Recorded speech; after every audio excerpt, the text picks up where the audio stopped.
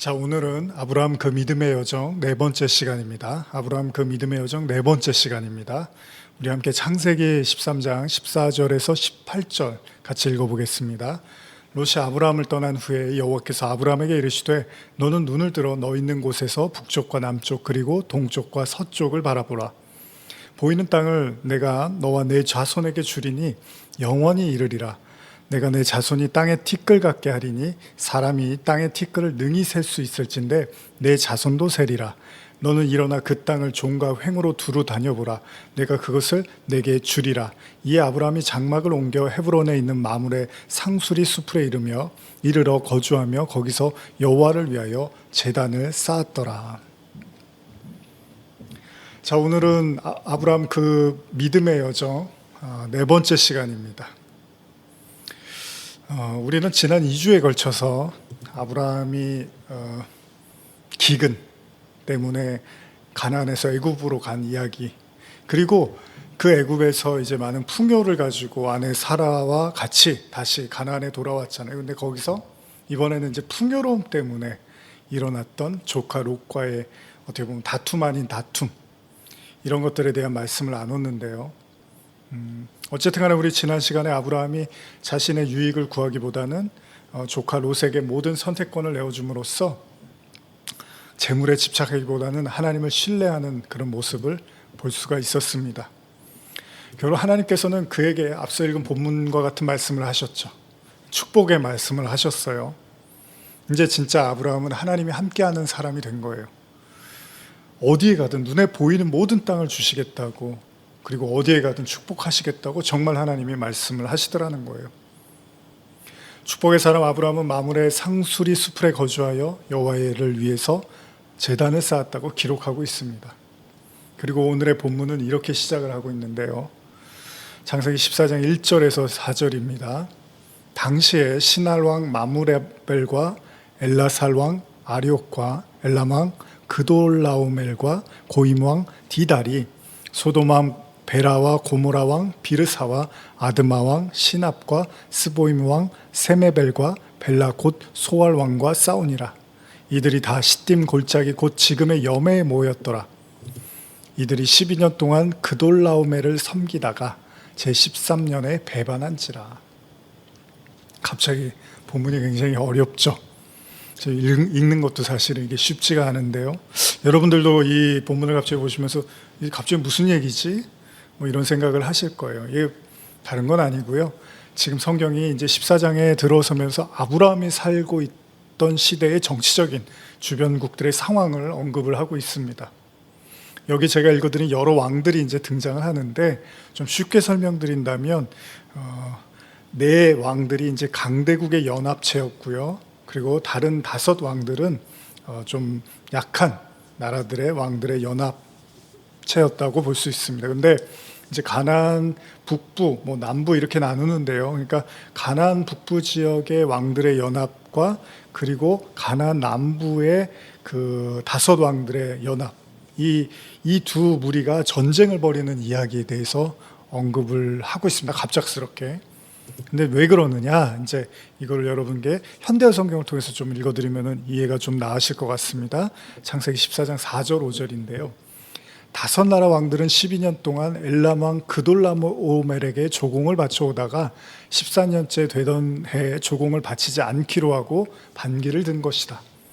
그돌라오멜이 엘람 왕이 된 지 14년째 되던 해에 그는 동맹을 맺은 나라의 왕들과 함께 연합군을 이끌고 쳐들어와 아스드롯 가르나임에서 르밧 사람을, 함에서 수수 사람을, 사웨 기랴다임 평원에서 엠 사람을 쓰러뜨렸다. 아마도 이제 왜 이런 일이 일어났냐면, 우리 얼마 전에 그 가나안에서 이제 기근 든 이야기 아시죠? 애굽이 그래서 아브라함이 애굽으로 떠난 거. 이 기근이 이제 찾아왔는데, 그러다 보면 이제 식량이 부족했을 거 아니에요. 그런데 이 가나안 남부의 왕들이 이제 그 아돌라오멜이라는 그 왕에게 조공을 바쳐야 되는 상황이었는데, 당연히 먹을 게 없으니까 어려웠겠죠. 그럼에도 불구하고 계속 이제 그런 바쳐야 되는 일이 일어나니까 전쟁을 하기로 결심을 한 것 같습니다.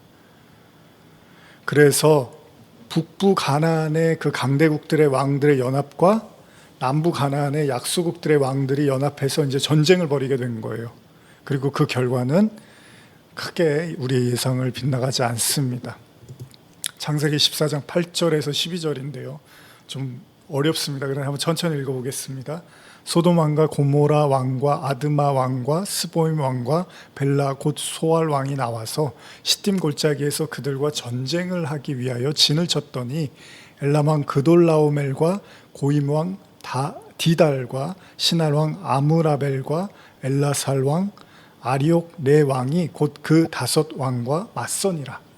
시딤 골짜기에는 역청구덩이가 많은지라 소돔 왕과 고모라 왕이 달아날 때에 그들이 거기 빠지고 그 나머지는 산으로 도망하매 네 왕이 소돔과 고모라의 모든 재물과 양식을 빼앗아가고 소돔에 거주하는 아브라함의 조카 롯도 사로잡고 그 재물까지 노략하여 갔더라.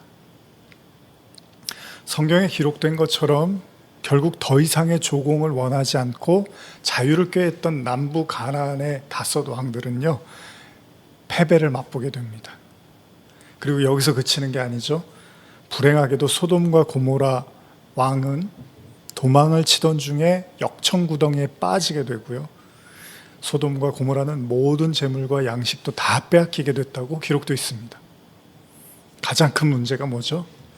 거기에 아브라함의 조카 롯도 살았는데 그도 사로잡히게 됐다는 거예요. 보통 우리가 그렇잖아요. 전 세계에서 난리가 일어나고 우리가 그런 기사를 보면 아유 안 됐다 놀라고 막 아파하잖아요. 그런데 우리가 그렇게 또 힘들어하지 않는 건 거기 나와 관련된 사람이 없으니까. 만약에 이제 나와 관련된 사람이 거기에 산다면 우리는 아마 그런 기사들 볼 때 남다른 마음으로 보게 되겠죠.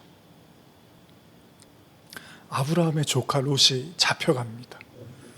불과 이전 장인 13장에서 조카 롯은 풍요로운 재물로 인해서 삼촌 아브라함의 집을 떠나 보기 좋아 보이는 풍요로운 땅 소돔과 고모라로 간 거잖아요. 그런데 그 다음 장에서 롯은 자신을 포함해서 모든 재물도 다 잃어버리게 되는, 목숨도 이제 위험한 상황에 마주하게 됩니다. 어떤 의미에서 이 장면은요, 가나안에서 기근이 찾아와서 애굽으로 떠난 아브라함을 떠올리게 하기도 합니다. 뭐죠? 아브라함도 좀 나은 삶을 살기 위해서 기근 때문에 애굽으로 간 거잖아요. 근데 어떻게 됐죠? 모든 걸 다 잃을 뻔한 거예요. 왜냐하면 자신의 아내를 잃을 뻔했기 때문이죠. 정말 절망적인 상황일 수 있습니다. 아무리 아브라함이 많은 재물을 바로 왕에게 받았다 하더라도 자신의 아내를 잃어버리면 그게 무슨 소용입니까? 어찌됐건 간에 조카 롯도요, 이런 시대적인 상황 때문에 이제 막 소돔과 고모라로 이사를 했는데 절체절명의 위기에 처하게 된 거죠. 아마도 요즘 우리 상황이 그렇잖아요. 개인의 의지와 노력과 능력과는 상관없이요, 이 코로나라는 엄청난 이 폭풍 앞에서 개인이 어떻게 할 수가 있는 게 아니잖아요. 아무리 능력이 있어도 아무리 수완이 좋아도 요즘 같은 상황은 버티기가 어렵잖아요. 가끔 제가 기사나 이런 거 보면 아주 오래되고 전통 있고 많은 사람들이 찾았던 그런 곳들도 문을 닫는 그런 소식을 듣기도 합니다. 가끔 시내에 가게 되면 주위를 보면 정말 이렇게 한숨이 나오죠. 참 다들 힘든 시간을 보내게 되죠. 이건 단순히 개인이 혼자서 어떻게 해서 될 일이 아니라는 거죠. 아마 지금 아브라함의 조카 롯도 그런 것 같습니다. 한순간에 모든 걸 잃었는데 전혀 생각지도 못했던 상황이 벌어진 거예요. 이런 전쟁이 일어날 줄도 몰랐고 거기서 또 패배를 하고 거기서 끝날 줄 알았더니 자신까지도 거기에 이렇게 맞물려서 죽음의 위기에 처한, 그 많던 재물도 이제 창창하게 앞을 내다보면서 떠났던 그 비전도 미래도 꿈도 이제 다 사라져버리고 목숨을 걱정해야 되는, 그야말로 극한의 상황에 처하게 된 거죠. 그러나 성경은 조카 롯의 삶을 여기서 이런 식으로 마무리하지는 않습니다. 어찌 생각해보면 애굽으로 내려간 아브라함과도 사실 너무 유사한 상황이죠. 물론 아브라함의 목숨이 위태한 건 아니었지만, 왜요? 거짓말했으니까. 자신의 아내를 내어주는 대신 자신이 거짓말해서 살 수는 있었지만, 아내를 뺏기게 된 상황이면 아까도 말씀드렸지만 전부를 잃는 거잖아요. 그러나 하나님이 아브라함의 이야기도 그렇게 절망적으로 끝내지는 않았습니다. 우리가 이미 나눈 것처럼 하나님이 그를 지켜보셨고 결국 아브라함은 모든 환난에서 구원을 받잖아요. 사라와 함께. 창세기 14장 13절 보시면 도망한 자가 와서 히브리 사람 아브라함에게 알리니 그때 아브라함이 아모리 족속 마므리 상수리 숲을 근처에 거주하였더라. 마므레는 에스골의 형제요 또 아넬의 형제라. 이들은 아브라함과 동맹한 사람들이었더라. 무슨 이야기입니까? 다행히도 롯과 관련된 누군가가 끌려가던 도중에 도망을 쳐서 히브리 사람 아브라함에게 달려온 거예요. 그리고 나서 도움을 요청을 한 거죠. 그러나 아브라함의 주변에 또 동맹을 맺고 있었던 사람들이 있었습니다. 다행히도 이런 급박한 상황에서 하나님께서 은혜를 베푸셨던 거죠. 그리고 롯의 처지를 아브라함이 듣게 되죠. 참 은혜라면 은혜랄 수 있습니다. 조카 롯에게는 매우 절망적인 상황인 것이 틀림이 없지만 하나님은 롯을 버리지 않으신 것 같습니다. 사실 이 상황만 보면요, 하나님과 아브라함과의 관계를 마치 아브라함과 롯의 관계로 이렇게 보여주는 것 같다는 생각이 듭니다. 그러니까 무슨 말이냐면요, 아브라함이 애굽에 내려갔을 때 하나님이 아브라함과 그 아내를 이렇게 구해 주시잖아요. 지금 마치 아브라함이 조카를 구해내는 과정이 하나님께서 롯을 구원하시기 위해서 아브라함을 보내시는 거잖아요. 아브라함이 하나님의 어떤 대리자의 역할을 하는 것처럼 보인다는 거예요. 물론 아브라함은 자신의 혈육이기 때문에 당연히 그를 구하고자 하는 의지가 있었겠지만 성경은요, 이 사건을 통해서 세상 속에서 포로로 살아갈 수밖에 없는 연약한 성도들을 하나님이 구출해내신다는 교훈도 주고 있습니다. 마치 모세가 애굽에 종살이한 이스라엘 백성을 구출하는 그 하나님의 대리자의 역할을 한 것처럼 지금 아브라함 역시도 조카 롯을 구해내는 그런 역할을 맡은 자로 보인다는 겁니다. 그러니까 다시 말하면요, 우리는 누군가에게는 구원이 필요한 조카 롯과 같은 사람일 수도 있고요, 또 동시에 누군가에게는 조카 롯을 구해내는 아브라함과 같은 사람일 수도 있다는 거예요. 물론 그렇다고 해서 지금 아브라함의 믿음이 완성된 상태는 아니에요. 하나님이 아브라함을 사용하시지만, 롯을 구원하기 위해서 아브라함을 쓰시지만 아브라함이 지금 믿음이 완성되어 있고 완전한 하나님을 의지하는 온전한 상태는 아닙니다. 왜요? 앞으로도 아브라함은 계속해서 실수를 하고 또 아내 사라를 누이라고 속이면서 애굽 왕에게 내어주는 또 거짓말과 실수를 반복하거든요. 그러나 중요한 사실은 그럼에도 불구하고 지금 이 순간에 하나님은 아브라함을 통해서 조카 롯을 구원해 내신다는 겁니다. 또한 조카 롯에게도 지금 그가 의지할 수 있는 유일한 혈육은 아브라함밖에 없습니다. 이런 의미에서 오늘날 우리도 한번 생각해 볼 필요가 있는데요, 무슨 말이냐면 우리의 아브라함, 하나님께서 우리를 구원해내기 위해서 우리에게 붙여주신 아브라함은 누굴까요? 또 반대로 하나님께서 우리를 통해서 구원해내시고자 하는 우리의 조카 롯은 누굴까요? 사실 우리의 신앙의 여정에서도 하나님은 알게 모르게 우리의 신앙을 견고하게 만들어줄 많은 사람을 덧붙여 주셨습니다. 사실 최근에 저도 이런저런 일로 좀 힘든 시간들이 있었는데 갑자기 어느 날 꿈을 꿨어요. 근데 정말 주님의 그 꿈속에서 큰 위로를 받고 제가 너무나 놀라서 이제 꿈에서 깨어났는데, 그 순간에 들었던 생각이 나를 위해서 누군가 이렇게 열심히 기도해 주시는구나 라는 생각이 들었습니다. 이런 일들만 있었겠습니까? 더 많은 일들이 나타났겠죠. 제가 인식하든 인식하지 못하든. 그렇습니다. 우리도 누군가에게 도움받아야 될 롯일 수도 있어요. 아브라함이 믿음이 온전하지 않지만 조카 롯을 구원하는데 하나님이 아브라함을 쓰신 것처럼 꼭 믿음이 온전하냐 온전하지 않느냐가 중요한 게 아니라 하나님은 누군가를 성도에게 누군가를 구원하기 위한 도구로도 쓰시고 또한 성도 우리 자신이 위기에 처할 때 누군가가 아브라함의 역할을 해서 우리가 롯과 같은 처지에 있을 때 우리를 또 구원케도 하신다는 겁니다. 항상 롯과 같은 처지에 있거나 항상 아브라함과 같은 처지에만 있는 건 아니라는 거예요. 그러니까 항상 나는 뭐 누굴 구원하지 나는 도움이 필요 없어. 그런 건 아니라는 거예요. 동시에 우리는 아브라함과 같은 사람이지만 동시에 롯과 같은 사람일 수 있다는 겁니다.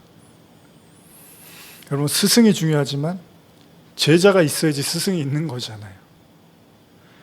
우리는 고객을 중요시 여기지만 손님을 중요시 여기지만 물건 파는 사람이 있어야지 그 물건을 살 수 있는 사람도 있는 거잖아요. 우리가 너무 맛있는 음식을 먹으면 어떻게 하죠? 이 집 주인한테 고맙잖아요. 이렇게 맛있는 음식을 판다는 게 너무 고마울 때가 있잖아요. 그렇습니다. 그럼 팔아주는 사람이 있기 때문에 또 먹을 수도 있는 거죠. 무슨 말입니까? 완벽한 값도 없고 완벽한 을도 없다는 거예요. 누군가 나의 고객일 수도 있지만 언젠가 나도 그의 고객이 될 수도 있다는 거죠. 항상 우리는 이런 양면성을 가지고 있다는 겁니다. 지금 아브라함은 조카 롯을 구해야 하는 하나님의 사람으로 움직여야 될 때라는 거예요.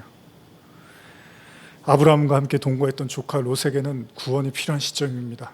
다시 한번 생각해 봅시다. 여러분의 롯은 누구이고 여러분의 아브라함은 누구입니까? 지금 여러분들은 아브라함의 처지에 있습니까? 아니면 조카 롯의 처지에 있습니까? 중요한 건 우리 모두는 아브라함이기도 하고 롯이기도 하다는 거예요. 그래서 우리는 겸손해야 됩니다. 항상. 우리는 누군가를 구원해내기 위한 하나님의 도구로 쓰임받기도 하지만 동시에 여전히 우리 앞에 펼쳐진 수많은 일들로 인하여 낙담하고 절망하는 우리를 위해서 기도해주고 하나님께 부르짖어줄 누군가가 필요한 사람들이라는 거죠. 어찌 보면 이건 종이 한 장의 차이 같은 이야기일지도 모릅니다. 이것은 자신의 믿음을 본받으라고 말했던 바울이 뭐라 그러죠? 로마서 7장 22절 24절에 아주 유명한 고백을 하죠. 뭐라 그래요? 내 속사람으로는 하나님의 법을 즐거워하되 내 지체 속에서 한 다른 법이 내 마음의 법과 싸워 내 지체 속에 있는 죄의 법으로 나를 사로잡는 것을 보는도다. 오라 나는 공고한 사람이로다. 이 사망의 몸에서 누가 나를 건져내랴. 바울이 이렇게 자신의 연약함을 고백합니다. 제 아무리 나를 배워라, 나를 따라라, 내가 온전하게 하나님을 믿는다 이렇게 바울이 말하지만 동시에 자신 안에 있는 처절한 그 연약함도 이렇게 고백을 하는 거예요. 여러분 믿음이 좋다는 거는 이제 내가 믿음이 너무나 성장해서 커져서 도움이 필요 없는 사람이 됐어요가 아니라는 거죠. 오히려 진짜 믿음이 있다는 건 그 연약함도 있는 그대로 내어놓을 수 있어야 된다는 거죠. 자꾸 강한 척, 문제없는 척, 아무렇지도 않은 척 하는 게 그게 믿음의 성숙이 아니라 인간 실존이라는 게 이 한계가 있잖아요. 유한한 존재라는 걸. 그러니까 진짜 여러분과 제가 이 육신을 입고서 성장해 나가면 계속 우리는 육신의 한계를 보게 되는 거죠. 100m를 저 사람이 아주 빨리 뛰었대라고 하면서 뭐 몇 초 이렇게 하잖아요. 그러나 반대로 생각하면 이게 바로 인간이 더 이상 넘을 수 없는 한계치기도 한 거예요. 물론 거기서 조금 뭐 0. 몇 초를 당길 수는 있지만 그 이상을 넘어설 수 없는 또 한계를 보는 거예요. 그러니까 빨리 달리는 사람이 동시에 난 참 빠르다라고도 느끼지만 이걸 넘어설 수 없는 또 이게 내 한계구나라고 그걸 느끼는 것처럼 진짜 믿음을 가지고 성장해 나간다는 건 동시에 우리의 믿음의 한계, 육신의 한계, 생각의 한계 이런 것들도 느껴가는 거죠. 그러니까 강한 척, 문제없는 척, 아무렇지도 않은 척하는 게 이게 진짜 믿음이 아니라 바울의 고백처럼 오호라 나는 공고한 사람이로되 누가 나를 이 사망의 몸에서 건져내려고 자신을 인정하고 연약함을 고백할 수 있는 것, 어쩌면 이것도 진정한 믿음의 모습이 아닐까 생각을 해봅니다. 한 가지 우리가 창세기의 아브라함 이야기를 읽어가면서 단순하게 롯과 아브라함을 구분해서요. 이제 제가 뭐 사무엘상 강의하면서도 나누겠지만 롯과 아브라함을 이렇게 구분해서 아브라함은 믿음과 착함, 선한 사람, 롯은 믿음 없고 나쁜 사람, 육체적인 사람 이렇게 구분해서 읽을 필요는 없습니다. 이미 아시는 분도 계시지만요, 여러분, 성경에서 롯을 어떻게 이야기합니까? 그렇게 나쁘게 기록하고 있지 않습니다. 베드로후서 2장 6절에서 8절인데요. 소돔과 고모라 성을 멸망하기로 정하여 죄가 되게 하사 후세에 경건하지 아니할 자들에게 본을 삼으셨으며 무법한 자들의 음란한 행실로 말미암아 고통당하는 의로운 롯을 건지셨으니 이는 이 의인이 그들 중에 거하여 날마다 저 불법한 행실을 보고 들으므로 그 의로운 심령이 상함이라. 사실 훗날 소돔과 고모라 성이 하나님의 심판으로 무너져 내려갈 때 살아남은 사람은 롯이었습니다. 그리고 이미 읽은 것처럼 성경은 롯이 의로운 사람이라고 기록합니다. 그러니까 그냥 보이는 것만 가지고 아유 참 롯은 문제가 많아, 이런 성경 그렇게 보시면 안 된다는 거예요. 그렇다면 오늘의 사건을 통해서 성경은 우리에게 무엇을 말씀하고 싶을까요? 단순하게 롯이 재물에 눈이 멀어서 세상을 상징하는 소돔과 고모라로 갔더니 역시나 재앙이 찾아와서 죽을 뻔했더라, 참 저렇게 살면 안 되지, 신앙인은 이렇게 살면 안 돼, 이게 성경의 교훈일까요? 그렇다면 여러분, 이건 어떨까요? 아브라함이요, 기근이 찾아와서 애굽에 내려가서 자신의 목숨을 부지하기 위해서 아내를 누이라고 속이면서 애굽 왕에게 내어주었더라. 자, 아브라함은 잘한 겁니까? 아브라함이 그의 조카 롯보다 훨씬 더 의롭습니까? 글쎄요, 저는 모르겠습니다. 중요한 사실은요, 하나님이 아니었으면 아브라함의 삶도 그야말로 비참해졌을 겁니다. 평생을 아내 사라를 애굽 왕에게 주고 그 많은 재물을 가지고 와서 평생을 후회하고 한탄하며 살았을 거예요. 성경은요, 마치 이 이야기를 답습이라도 하는 듯이 조카 롯에게 비슷한 위기가 찾아옵니다. 우리가 선지자, 선견자라는 표현을 쓰는데요, 그 말은 무엇입니까? 미리 보는 사람, 예언의 개념도 있지만은, 저는 오늘 이런 얘기를 해드리고 싶은데, 스승이라는 말도 그렇지만 이미 경험한 사람, 이미 알고 있는 사람이잖아요. 그렇습니다. 아브라함은 먼저 기근을 경험했습니다. 그리고 먼저 실수했습니다. 그리고 그 속에서 은혜를 발견했습니다. 그렇기 때문에 그는 조카 롯을 구해야 할 어쩌면 책임과 같은 사명이 있는 자인지도 모릅니다. 여러분, 지금 우리가 스승이라고 여기는 분들이 여러분들과 제가 있다면 그들은 그 일을 먼저 경험하고 먼저 공부하고 깨달은 것들을 가르쳐 주신 분들이잖아요. 무엇을 의미합니까? 먼저, 시간의 차이가 있다는 거예요. 먼저 태어나면 어른이고 나중에 태어나면 아이가 되는 것처럼 그러니까 시간이라는 조건을 빼면 사실은 누가 낫다 못하다 말할 수가 없는 거예요. 그냥 먼저 그 일을 경험한 것뿐인 거죠. 그렇기 때문에 때로는 스승보다 훌륭한 제자들이 존재할 수 있는 거죠. 중요한 건 그 일을 먼저 겪고 공부했다는 거예요. 근데 마치 나는 처음부터 다 알고 있었던 것처럼, 개구리가 올챙이적 생각 못하는 것처럼, 아브라함은 마치 나는 그런 실수 한 번도 한 적 없고, 저 롯은 정말 속색이고 아주 저 조카 저거 어떻게 해야 돼, 이게 아니라 자기가 먼저 겪은 일들이 있잖아요. 그래서 어르신들이 이렇게 이야기해 주시는 게, 내가 이렇게 겪어보니까 살아보니까 그렇더라라고 먼저 산 삶에 대해서 이렇게 이야기를 나눠주시는 거잖아요. 그럴 때 우리가 듣고 아 그렇구나라고 이렇게 존경하기도 하고 또 적용해 보기도 하는 거잖아요. 무슨 말씀드리냐면, 하나님 앞에서 그 누구도요 스스로 육체를 내세울 사람은 없다는 거예요. 그냥 하나님 앞에는 다 똑같은 존재인데 은혜를 먼저 받아서 그 은혜를 누리는 자들이 있고요, 아직 그 은혜를 받지 못하고 누리지 못하는 자들이 있는 거죠. 성령도 그 성령을 먼저 하나님께서 부어주셔서 그 성령의 은혜를 누리고 아직 그 성령의 은혜를 누리지 못하는 시간의 차이가 존재할 수 있다는 거죠. 그 누구도 잘나서 대단해서 아무 실수 없이 그렇게 완벽하게 된 사람은 없다는 거잖아요. 그렇기 때문에 주님이 뭐라 그럽니까? 나중된 자가 먼저 되고 먼저 된 자가 나중된다는 말씀도 하시는 거죠. 오로지 하나님의 은혜로 이루어지는 것들이라는 거예요. 신앙은 그렇습니다. 신앙은 100% 하나님의 은혜를 인정하는 거잖아요. 저는 오늘의 말씀 나누면서 아브라함이 조카 롯에게 자신이 배운 하나님을 증거하고 가르치는 모습을 보게 됩니다. 그렇습니다. 하나님이 먼저 아브라함을 찾아가죠. 왜요? 그가 실수하고 망할 것 같으니까, 무너질 것 같으니까 애굽으로 찾아가서 바로 왕에게서 꺼내주시잖아요. 자, 그 일을 아브라함이 경험했어요. 야, 내가 이렇게 망할 뻔했는데, 내가 이렇게 무너질 뻔했는데 하나님이 나를 구하여 주셨구나. 나에게 뭐 잘했다 잘못했다 아무것도 따지지 않고 그냥 그 자리에서 나를 구원해내셨구나. 지금 아브라함에게 똑같은 상황이 벌어졌어요. 그걸 아브라함이 조카 롯에게 그대로 베풀고 있는 거예요. 바울이 나의 나된 건 오로지 하나님의 은혜라고 말한 것처럼 아브라함도 하나님 앞에서 겸허하게 자신을 돌아봤겠죠. 야, 이런 나를 하나님이 구원해내셨구나. 내 아내와 나를 살리셨구나. 그런 신앙의 힘이 조카 롯에게 관대할 수 있었고요. 나가서 자신을 뿌리치고 떠난 롯을 구하러 가는 용맹하고 담대한 모습도 보일 수 있었다는 겁니다. 그리고 우리는 이런 아브라함의 모습 속에서 신약에 등장하는 예수님의 예화, 탕자의 비유를 떠올립니다. 재산에 탐이 나서 아버지의 재산을 가지고 집을 떠났어요. 그러나 아버지의 마음은 오로지 아들이 돌아오기만을 기다렸죠.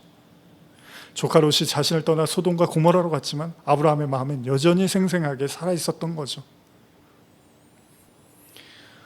그리고 이것이 바로 오늘날 이 험난하고 고된 세상살이에서 허우적거리고 있는 우리를 향한 하나님의 마음이 틀림없을 겁니다.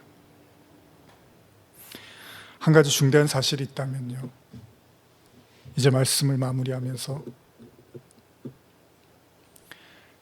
아브라함이 애굽으로 떠나 절체절명의 위기의 상황에 왔을 때 어떻게 하죠? 하나님이 그를 구원해내셨습니다. 지금 이 순간 재산을 잃고 포로로 끌려가서 죽음에 처하게 된 롯에게 아브라함이 군사를 이끌고 찾아가고 있습니다. 여러분과 제가 진정한 성도라면, 우리가 진짜 하나님을 바라보는 자들이라면 저와 여러분들의 위기의 순간이 왔을 때 분명 하나님은 우리를 향하여 달려오실 겁니다. 믿음의 사람으로 산다는 것, 우리는 누군가에게 하나님의 구원의 도구이며 또 동시에 우리는 누군가를 통하여 하나님의 사람으로 세워져 가고 있을 겁니다. 창세기 14장 14절 16절 읽고 마치겠습니다. 아브라함이 그의 조카가 사로잡혔음을 듣고 집에서 길리고 훈련된 자 318명을 거느리고 단까지 쫓아가서 그와 그의 가신들이 나누어 밤에 그들을 쳐부수고 다메섹 왼편 호박까지 쫓아가 모든 빼앗겼던 재물과 자기의 조카 롯과 그의 재물과 또 부녀와 친척을 다 찾아왔더라. 오늘 말씀을 깊이 묵상하시면서 우리의 아브라함은 누구이고 또 우리의 조카 롯은 누구일까? 그렇게 또 기도하며 나가기를 원합니다. 우리 시간에 특별히 수요 말씀도 지금 사무엘상과 아울러서 또 이전에 나눴던 설교들을 다시 편집해서 제가 격주로 이렇게 유튜브로 올리고 있는데요. 사무엘 말씀도 여러분들 또 청종해서 들으시면서 아브라함 이야기와 함께 또 말씀으로 깊은 은혜를 누리셨으면 좋겠습니다.